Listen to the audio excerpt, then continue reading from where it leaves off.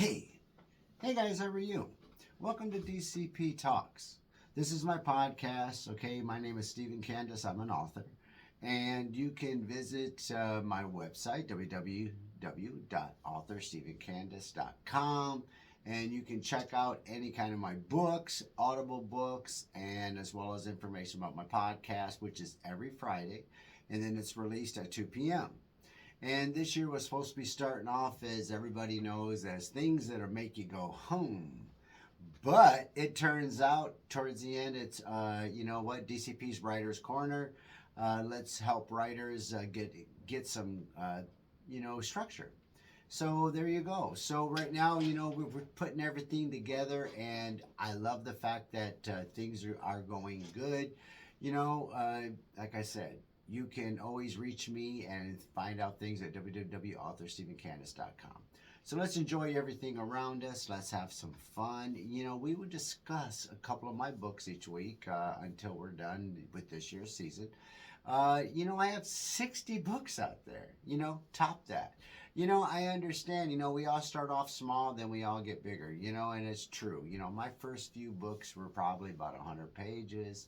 And, that shit was like, it was very hard to get to. Anybody who's a writer, anybody who is a songwriter, anybody that does any kind of composing will understand 100%. Sometimes it's easy as a fly, and sometimes it seems like you are pulling blessed teeth out.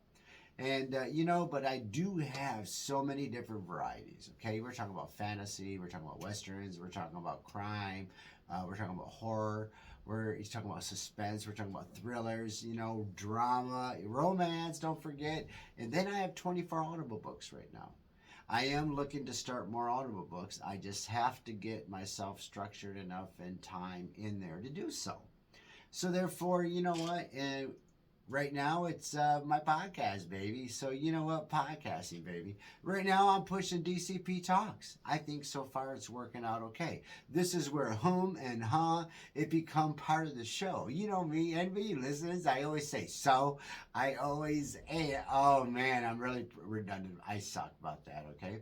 My podcast research is primarily Google or my own judgment, which really can be left to the moon, and everybody knows that. It's how we are, right?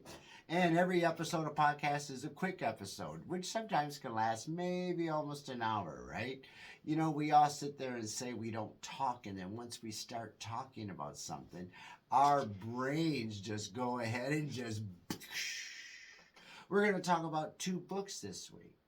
And the 2 books that I have chosen are, we got John TILIS. It just came out. Check that baby out. John TILIS came out 1882 series. Yeah, the second book, we're going to talk about that later. And then we're going to talk about the book SHILO. And SHILO is a book which is on Audible, okay, by Tri Pearson. And it is a wonderful Western saga, good old-fashioned Western, cowboys and Indians, then it goes to a fort, then it goes to a lawless town, baby. And you know what? We're going to get over that in a few minutes, okay? So we're going to discuss the fact of why I chose Westerns and like the Prairie Saga. I believe in family. I believe in where you come from means everything. I came from a very, very stable background. Hey, very stable. Very, very structured. We had to get everything done in the right manner, time, and it was done. But you know what? It taught me along the way good values. It taught me good work values. And I tried to instill the same values in my children and my grandchildren, I was telling my granddaughter, one of them today, I think I have a couple, a few. I was telling my one granddaughter today is like, what, look what's coming ahead, because sooner or later you're going to have to step up and grow up because you're at that age. And it's just one of those things where we have to take care of ourselves and get ready to go. And that's the why factor of why we do anything. But yeah, why did I choose Western, baby? I love a shoot 'em up. Boom, boom, boom, boom, boom, boom. Yeah, bang, bang, baby. And I love the old-fashioned Western. There is nothing better than an Indian and a cowboy. Let me tell you, okay, an Indian, I want nobody to get offended. But back in the day, it was just funny, you know, the wording, the way it was. Fort Apache, you know, Comanche Pass. You know, I loved and I always rooted for the Indians. You know, I have an eighth Indian inside me. Yeah, we have my grandmother was Cherokee, a quarter Cherokee. So amazing. So therefore, it's kind of cool to know that. Nope, we never pushed it. Nope, but my aunts or my family never think. But yeah, Cherokee Indian, baby. That's probably why I get so damn mad and why I love the sun. I go out in the sun and I love the wilderness and all that. I used to hike forever. Man, I used to hike. Man, I tell you what, man, I was one of those extreme hikers out there, okay? Now, we're going to talk about the books, and you know what? We have my old friend, Mr. Filet. Hey, Steak Filet, and a chef from New York City, New York City. Now, he sent me about John Tillis. So what he wants to know some questions. He said he read, kind of scanned through it. He was looking at the Audible. He said he went real fast and he was thinking about some questions. So he wanted to know. So I say, feed it because I want to talk about John Tillis. You know, I just came out with John Tillis. I love John Tillis, and it is going to be book 1. And there is going to be a second book to John Tillis, and it's The Dotery Boys. I'm telling you, so it's going to be good. Now, his first question says, why did John Tillis' family leave Ohio from Mason Valley? Well, inside the story, as you know, they did work at a mining company which closed down due to collapsing and a lot of deaths, and that's probably why. Not just saying, but that's about basically what happened. Almost, you got to read to find out. And what were their dreams when they arrived? Like anybody else out there that were a settler, that were a pioneer, they just wanted what was best for them and their family. It's kind of funny how times haven't changed. Times have not changed. People have changed. The way we look at things have changed. But now, times have not changed. Now it says, what is Mason Valley like? Peaceful, dangerous, controlled. Actually, Mason Valley is very beautiful. It's in the state of Colorado. And it's part of where it's the hills and mountains kind of start up, you know, building towards, you know, Colorado, like Boulder, and then you have Denver, you know, when I've been to both, by the way. Fantastic, the most stunning. Red Rock in Denver, woo! Me and my daughter went there, and it was so stunning, it was unreal. They have some great concerts there. Now, but that's enough about that. But that's why they liked it. It was peaceful. It wasn't dangerous, right? It wasn't controlled yet. Okay, and then here we go now. Now, how is the Dotery Mining Company introduced? Well, you know, the Dotery Mining Company was already there. And the boys got smart, okay? The men folk of the Tillis family. They decided, since they worked at the mine in Ohio, that they were going to work for a couple years at the mines here and see how to run the mine. So, you know, basically they all took different jobs, and I won't say anything about that, and then they wanted to learn. That's exactly, and then until it was time for them to take over their own stuff. And then let's see, okay, so what are the early signs show the company was dangerous in conflict? Well, at first there is none. You know, Mr. Dotery wants to buy their land. After he finds out they struck a little bit of silver. He wants their land, and that's all there is to it. Anything else? Greed. Come on. Like everything else with land back in the day in the 1800s, cattle back in the day. Never about sheep. Just saying. But about those prospects of making severely amount of money. So I think that was what is important about what became dangerous is when all of a sudden Mr. Dotery realizes what they may have. Now, what moment does John realize real danger is coming? You know, I really think no one knew. You know, yeah, Mr. Dotery came out and everything, and then the Tillis family decided to open up their own mine.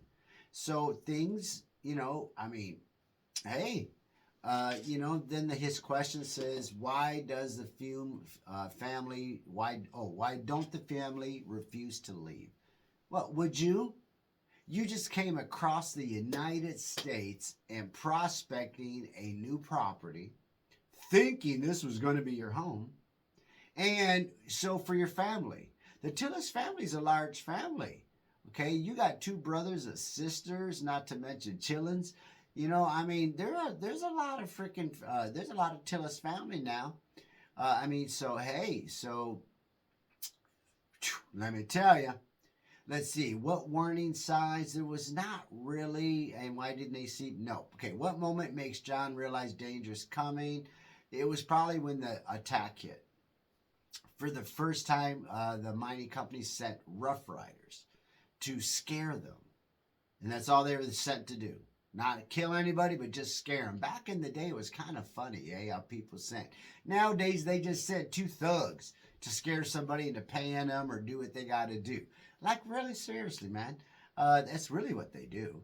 So I would say that's what it is. And then until the attack comes, the villain and thing, who leads the Dotery company? That's Luther J. Dotery. Now, the funny part is, in this whole first book, Luther J. Dotery never is mentioned. Mr. Dotery is mentioned.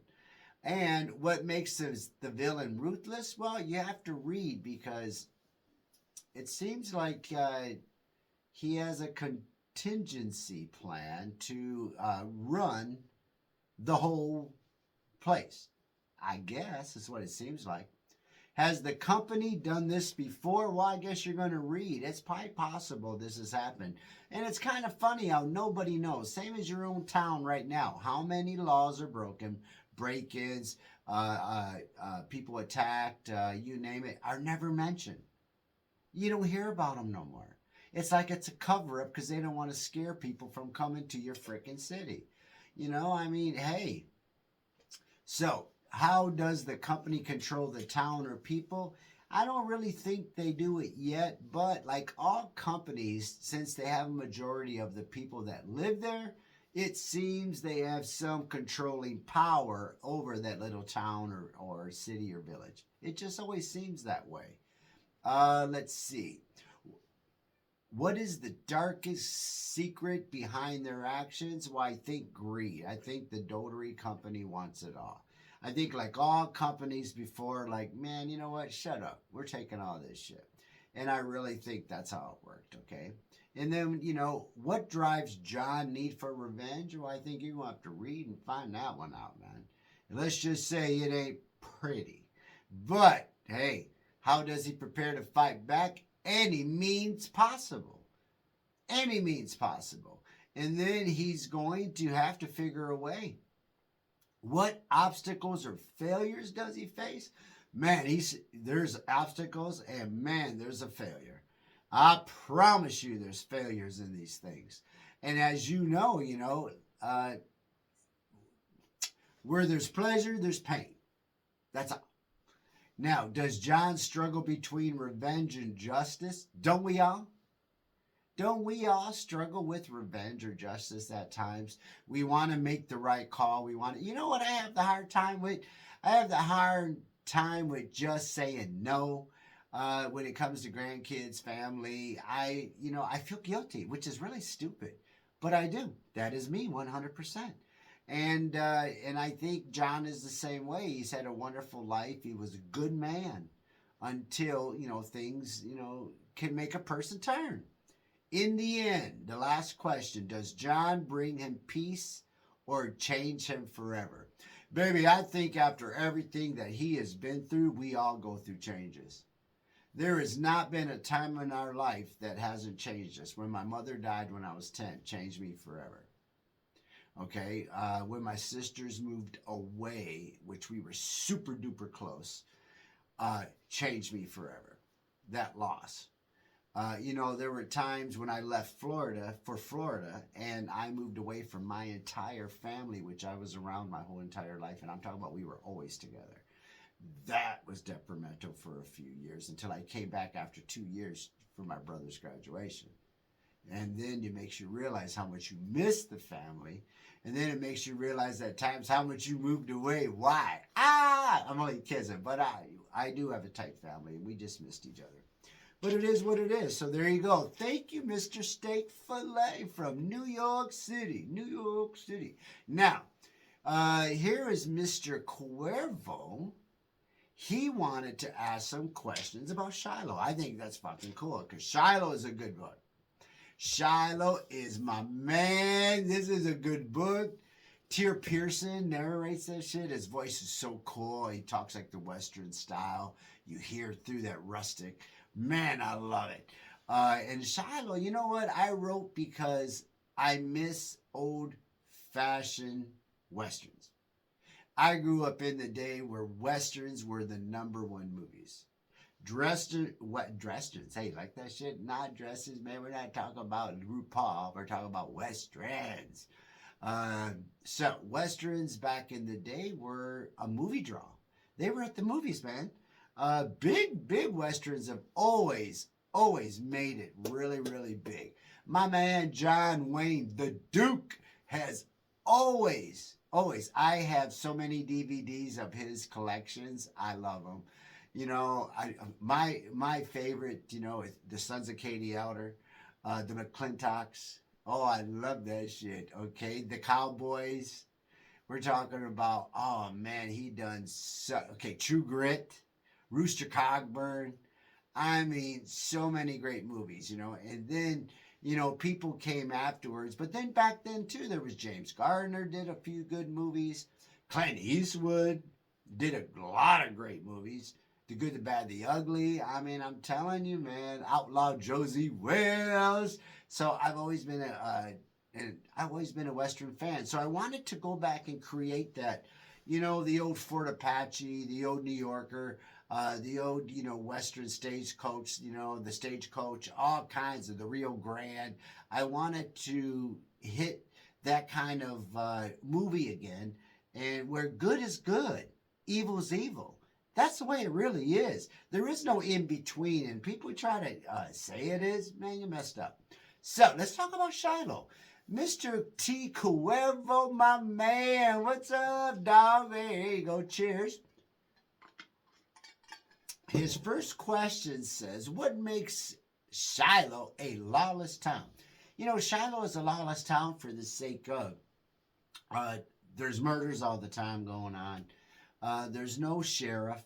There's nobody to stop anybody from doing exactly what they want. That's a lawless town, man. People do what the fuck they want.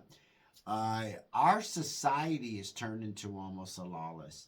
You're seeing for the first time citizens reacted to those jewelry heists that has been going on for over 2 years now.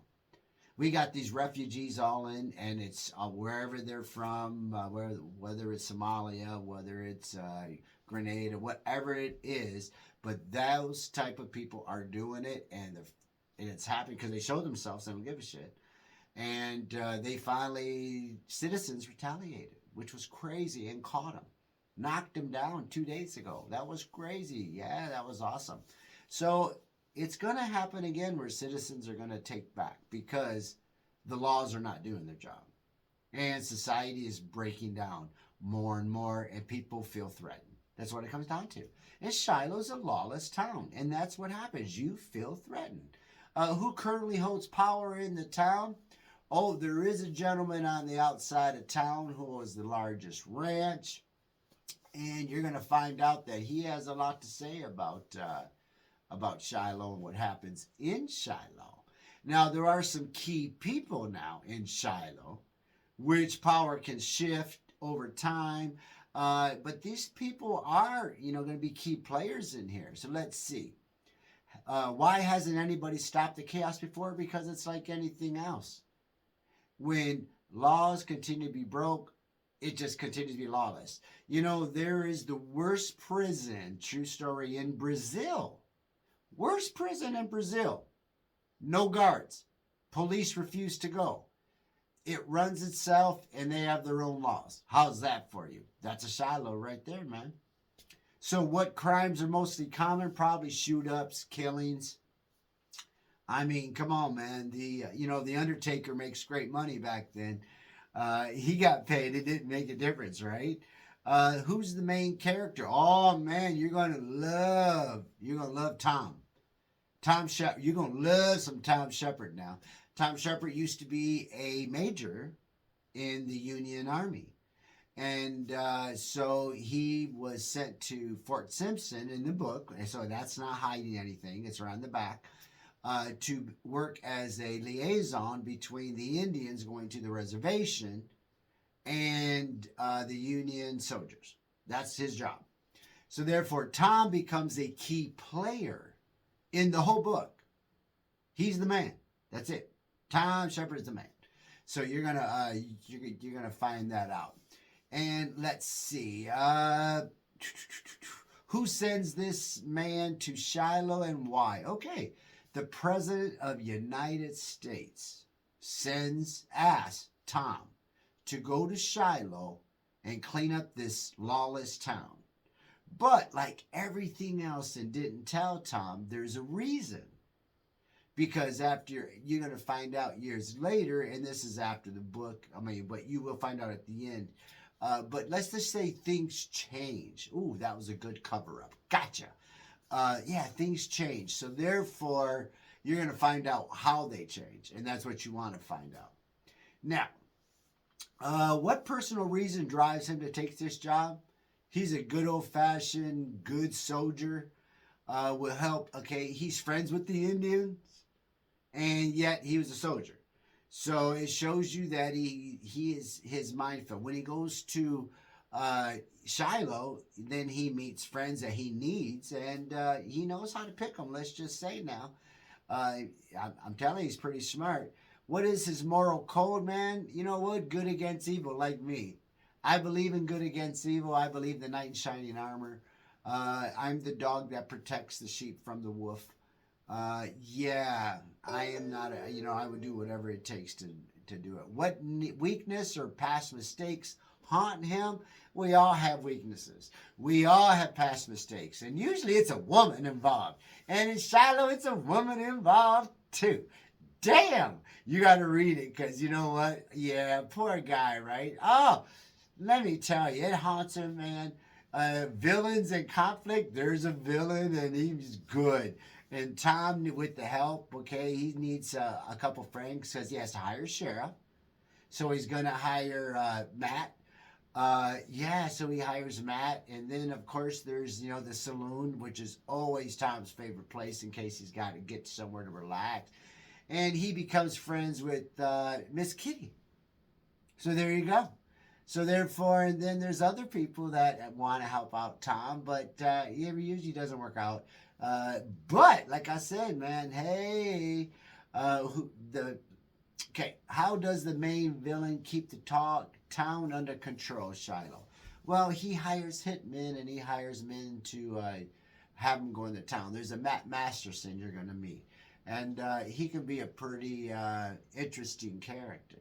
And I'll say the same for Mr. Dillon.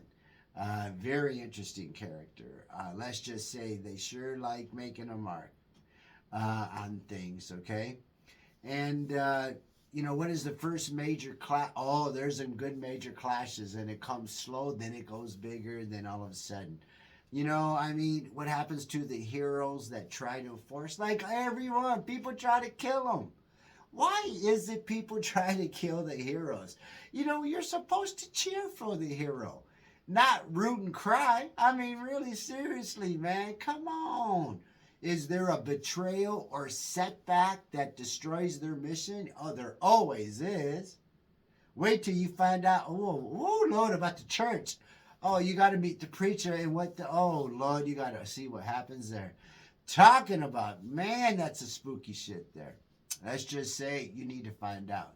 And what is the biggest gunfight or showdown in the story? You gotta see this. Oh yeah, when these two meet, woo! Let's just say the whole town. You know what was funny about back then? When they show westerns and they show back then, they didn't show the real shit. When there was a gunfight and the streets were packed. The streets were packed. Everybody, women, children, people sitting on shoulders, wagons, on roofs. Like, that was really disgusting. Same if there was a hanging. Like, what the fuck, eh? Like, it was really, you think about it. But what better way, and then to just show it and get it done, and this is justice. Agree. We should be doing that shit now, baby. Oh! So now, you know what? That's enough of those. And thank you, Mr. Cuervo, and thank you, Mr. Steak Filet. That was really good because you know what? It helped me get my books to where people acknowledge and know them. So now you know what it's about. So go look at them, okay? We're going to talk about Writer's Corner right now. I'm sorry, Author's Corner. Right now this week, John TILIS came out, baby. That's right, March 30th, 2026. Man, what a good little story. A mining family that moves from Ohio, goes to Colorado, starts to work their own mines. They find a little something, something. And then, as usual, somebody wants their little something, something. And then there's a conflict, and let's see how the story goes. All I know is John TILIS, 1882 series. And the next book to follow after that is called The Dotary Boys. There you go. It's coming to a theater near you. All right. Now let's go ahead and talk about my next book, which I'm working on right now. And about 3/4 in, it's called A Quarter Mile, 1,320 feet to survival. At first, we had this bad boy working really, really well. And the first half of the book, as you're going to find out, it's more of humor, fear, which can change. That's all I can say. So therefore, you know what? It's a good tale. It shows you how people's minds can really mess with them. And then when you add a few other little components, I tell you what, it gets real interesting real fast. And that is going to be A Quarter Mile, which is coming out actually within the next couple weeks probably. So there we go now. All right. Now, I am starting a new book, all right? And it is called Bachelor Getaway Masquerade. Yeah, baby. This is going to be some fun. It's going to be hilarious comedy. And it's going to be talk about my man, Steve, okay? My man, Steve, is getting married for the 5th time, and everybody's having a great celebration. And they all decide, because him and his girlfriend have always go to Key West, and they go to a resort there. They've been going there for 5 years, and then Steve decides to pop the question. Well, they decide they want to get married in Key West. There you go. Nice and easy story, right? Well, complications may arise after it's possible, but one never knows. All I know is the boys decide. I should never said that shit. The boys decide to, 10 years ago, they went on a trip to Mardi Gras. And since they're getting married in February 14th, then they decide to go to Mardi Gras the week before the wedding. So for a couple of days, that's it. And then they're going to meet the family down in Key West. And then let's see what twists and tales turn. The wedding is in 6 days. And let me tell you what, this is going to be a good one. Okay, you know, between Steve, Mike, Bill, Sven, and Chris, let me tell you, it's going to be a dilly. So, and then coming up right in the middle, I still am writing. I haven't touched it for a while. I ain't going to lie to nobody. The Tale of Astrid and Borg, a Viking's tale. And that's pretty good because that's a really good tale. It's going to be book 2. All right? Nice. Now, we're going to get to Writer's Corner, man. So, let's do this real fast. All right. If you remember, in the first week was how to start a book. So, how to start a book was know your core idea. What is this book about? Then it's define your main focus. Fiction, nonfiction. Planning your opening. And then it's basic structure. You got the beginning, 25 pages. You got 50 pages in the middle. Then you got 25 pages at the end. Now, don't forget how to build a character now. So we went from how to build a story, start a book. Now we're going to reflect real fast on how each chapter should work. Setting the problem, if there's a reaction, if there's a cliffhanger, already have that in your mind. Then you want to build a character. So when you build a character now, it's going to be the basic information. How about a physical appearance? How about the personality? How about the skills, the abilities? Now, the tips is the characters usually have goals, a flaw, or transformation during the story of someone. They could go bad and then go good, or they could go good, go bad. Or they could be good, make a bad decision, or they could have a secret and not tell until the time is right. Wow, that was a lot. Now, how to start a chapter now. If you remember, we went to how to start a chapter, and the first 5 ways of starting a chapter is start with an action if you can. So start with the dialogue. You want to start with tension, start with a thought, start with the mystery. Now that's the first step. Okay, so now what you want to make sure is give enough info to the readers to make them curious. Oh, damn, that was a good one, eh? To make them curious and keep them where they're not bored. Just remember one quick rule, okay? The quick rule is something happening, have a question. And then don't forget, if you want to a 3-structure outline, you have your beginning, you set it up. So you introduce the main character, you show their life, you introduce a problem, and then you initiate a big event or a start of something that's going to happen. Then you're going to have Act 2 as the middle, the bulk of the situation. Something goes wrong, or if they got to go back, they can't go back. The character tries to fix the problem, or if they are fixing the problem, things get harder or things get too easy. New challenges appear and a big mistake or a setback. Also in the mid-twist, you want to have a twist. Anything can change. This is your time to go whoop, whoop, whoop, whoop, whoop. Change. Let's change this if you want to. Let's go ahead. And the final confrontation is Act 3. Don't forget, characters or people face their fears, they problem solve, or is it solved? Or do you leave it? And then you want to turn around and show how the characters change. Wow. Man, that was enough to kind of fill you in. And what I would do is go back, stop it, listen, go back, stop, listen, and you can gather the whole thing. Now, today, baby, we are going to talk about some of the challenges and how we are going to customize our characters. I'm going to give you 10 ways on different characters to customize them. This way, then you know exactly what I'm talking about. So the first 10 ways is going to be about a villain character. So if you're going to have a villain character, there's 10 things you want to make sure they do. You're going to have a villain name, naturally. What does the villain want? What does he want? Why do they want it so badly? Think about it. Why must they have to have it? What happened in their past to shape their ass to where they're doing what they're doing? You got to have that and show a little clip of it or in a thought somewhere. Do they believe they are right or justified? That's some heavy shit there. What are they afraid of? Are they afraid of anything, or are they not afraid of anything? Are they just plain nuts? Let's face the fact. There are people out there. I know a cousin. He's not afraid to do anything. So, I mean, hey, they're there. What makes them lose control? That's right.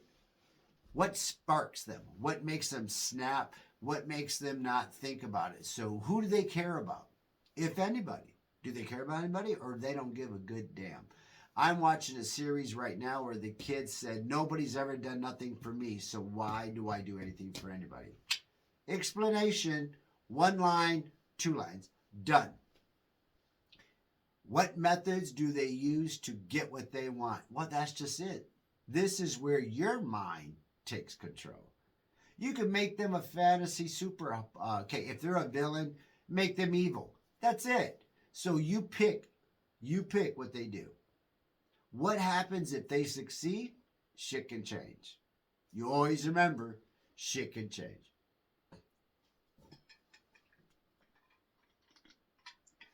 Now, the next one is, Romance character questions. This is what you should be asking yourself. You know, you wonder yourself saying, well, I got this, but guess what? No, sometimes you really need to think about this. This is one of those things where you have to really do it. What kind of relationships are they looking for? Really, in every relationship, even the ones now, what are you looking for? What are you looking for with your spouse, even? Do you have differences? We all do. Number two, what is their biggest fear about love? Everybody always has fear. Are you insecure? Are you not? There's always a fear, man. Neglect?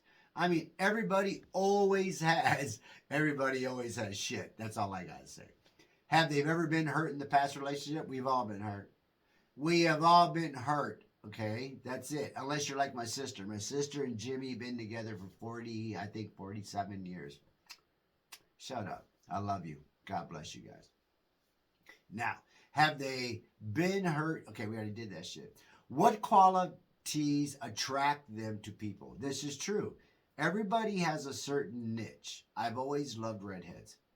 That's it. Can't say more. I've always loved blondes or redheads, man. That's it. That's just been me my whole life. Let's see. What qualities push them away, if any? Do they have people with certain types like will push them away? What do they find romantic? That's a big one, you know. Is it someone that they find helping somebody? Is it somebody that they find are just standoffish, but yet at the same time they look kind? I mean, hey, it all means something, brother. What past experience shaped their view? Important. What secrets are they hiding from their partner? That's an amazing question. What makes them fall deeply in love? There you go. You have to write all these down. For every character, you got to make notes. Every note, you got to put all that shit down. You got to write it down, right? And what sacrifice would they make for love? You know, we all have made sacrifices. Let's be very honest with you.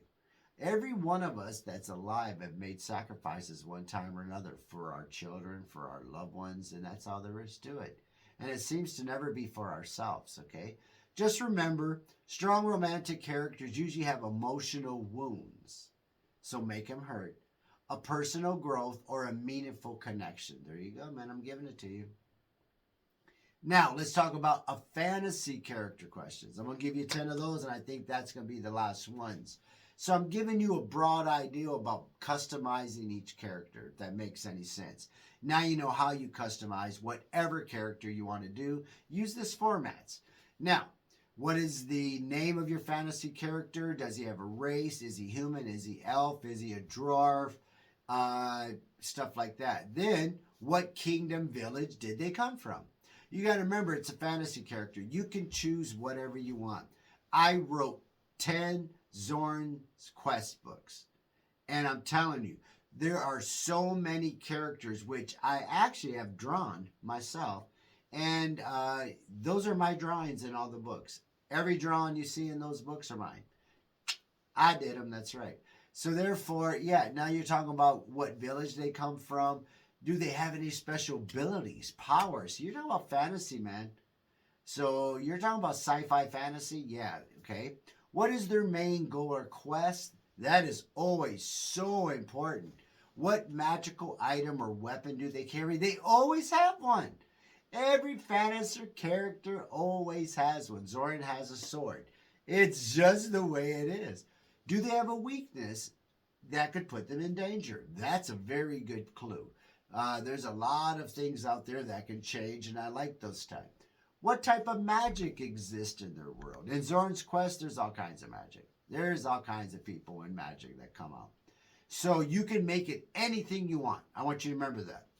What kingdom or place are they trying to protect? Remember that. Is there a realm, a kingdom, a village that they're from that they don't want nobody to go to, or that they are just a watchman protecting?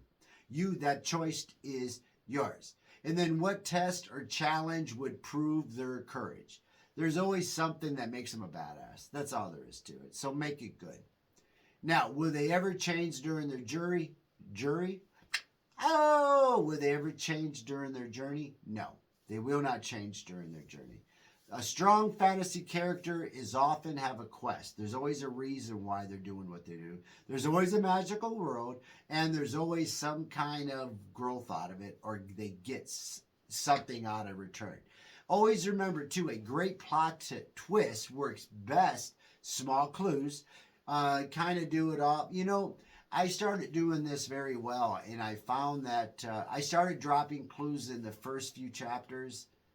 And then, like I did in this book, John Tillis, all of a sudden, the last couple of chapters, boom, it's back again. And you're like, oh, God, I read that in the beginning. That's right. That's one of those kind of twists that you want to do it. And there you go now. All right. So does everybody get that? It's basically almost the same thing for all three. If it's a villain character, if it's a romance character, if it's a fantasy, any type of character, you're going to have to break them down. You're going to have to give them a reason, give them who are they, what are they, and then give them a why. Basically 5 whys. There you go, baby. Now, let's go ahead and go to the 5 ways to customize a chapter. Now, when we're talking about customizing a chapter, number 1 is always start with the hook. First of all, we're going to start with the hook and open with an action, a dialogue, or a mystery. You know, make every chapter feel different from the last chapter. That's the one thing you always have to do is move forward. You have to move forward. You know, when you open with action, dialogue, or mystery, you're already moving forward and people are already thinking. You know, you have to make every chapter different, and that's all there is to it. Example, like start a chapter with an action, another with a memory about going back to the action. You could do that. Number 2, the method or tone, which is very, very huge. One chapter can feel tension. Another one be emotional. You know, another one can be fast-paced. Keep your readers engaged and not bored. That is the most, thing I try to do is try to keep chapters, when it comes to what's really difficult is when you write a family story. Because you have to come to the point where you have to just talk about people doing like minimal shit. And you're like, God, how do I try to make this interesting? And then you realize actually their conversation is how you make it interesting. You flip the script. Instead of talking about what they're doing, talk about what they're talking about. And you can add little shit inside there, and that's what I do a lot lately in the last few books I've done. I've grown a lot. It takes many years to grow. That's all I can say. Now, focus on different characters. So number 3, don't forget, focus different characters. Highlight a side character. Show another point of view. And review new information, man. What makes your reel feel better?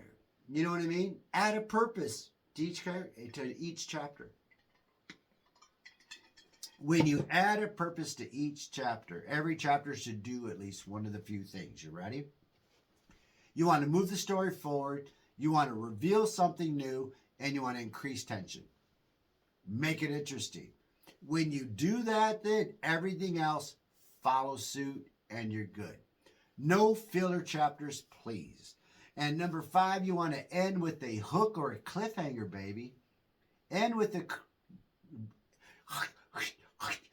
Yeah, you got that? Okay, you want to end with a hook or a cliffhanger. You leave the readers wanting more. You add suspense or a question. When I left John Tillis at the end, you don't know what's going on. You don't know if there's a book 2. You don't know because he's writing off. But I'm telling you, there's a book 2, The Dotary Boys. So once again, people just don't know.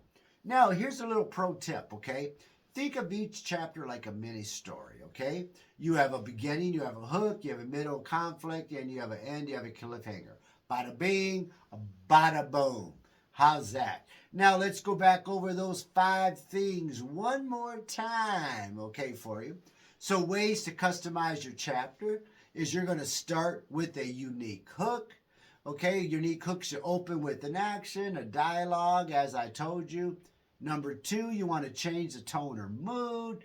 Make one chapter feel tense. Make one chapter feel emotional. You want to keep them not bored. Keep them engaged. Or if you have to, focus on a different character. Number 3. Highlight some characters in this thing. Number 4, a purpose for each chapter. It's very important, man. Purpose for each chapter. Number 5, no fillers. Number 6, you want to end with that hook shit. Yeah, end with the hook shit. Think of it as a little mini story, all of it. So each chapter should have a beginning hook, a conflict, and then a cliffhanger. Bada bing, bada boom, baby. There you go.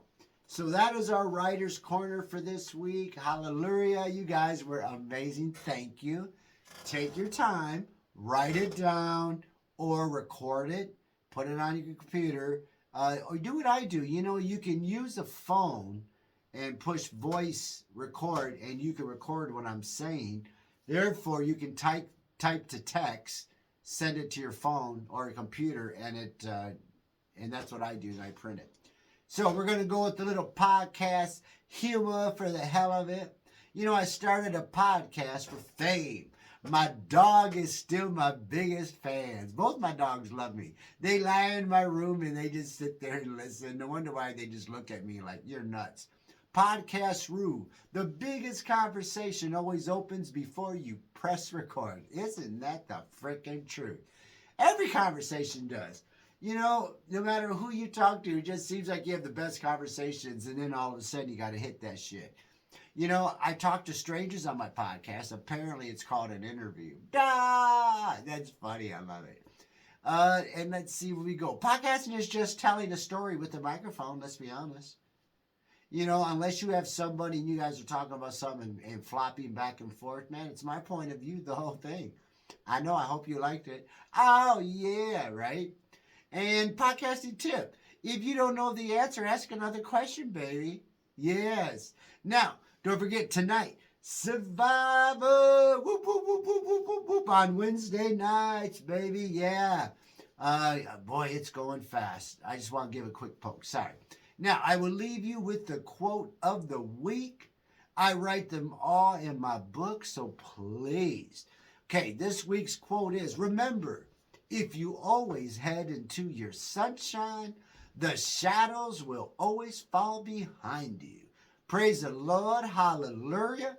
Now, let me tell you what. Please note that I always provide my feedback and both sides of issues, playing devil's advocate whenever necessary. No holding back. Don't forget, you can always send me your thoughts and feedback and anything you want to devil play advocate at authorstephencandace@gmail.com. Now, if there's a topic you want to discuss, send it to me, baby. I'll talk to you. I don't have a problem with that.